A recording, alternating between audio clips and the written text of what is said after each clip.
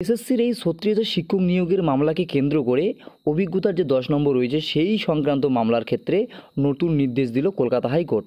বিচারপতি স্মিতা দাস দের single bench যোগ্য এবং অভিজ্ঞ শিক্ষকদের তালিকা এবং প্রকৃত শূন্যপদে নিযুক্ত অস্থায়ী শিক্ষকদের বিষয়ে তথ্য চেয়ে এসএসসি এবং ডিস্ট্রিক্ট ইন্সপেক্টরদের রিপোর্ট তলব করেছে। কলকাতা হাইকোর্ট নির্দেশ দিয়েছে আগামী ৩১ অক্টোবরের মধ্যে ডিস্ট্রিক্ট ইন্সপেক্টরদের তাদের রিপোর্ট পেশ করতে হবে এবং এসএসসিকেও হলফনামা দিয়ে কলকাতা হাইকোর্টে জানানোর নির্দেশ দেওয়া হয়েছে। অর্থাৎ যারা পার্ট টাইম এবং চুক্তিভিত্তিক শিক্ষকরা রয়েছেন, যারা সাবস্ট্যান্টিভ পোস্ট অর্থাৎ প্রকৃত শূন্যপদে নিরিখে চাকরি করছেন, তারা দাবি করছেন তারা ১০ নম্বর পাওয়ার যোগ্য এবং ১০ নম্বর না পেলে তারা ইন্টারভিউ তালিকা থেকে ছিটকে যাবেন। তখন এসএসসির আইনজীবী কল্যাণ বন্দ্যোপাধ্যায় আদালতে জানান যে চাকরির জন্য রাস্তায় ৫ লাখ পদপ্রার্থী ঘুরছে।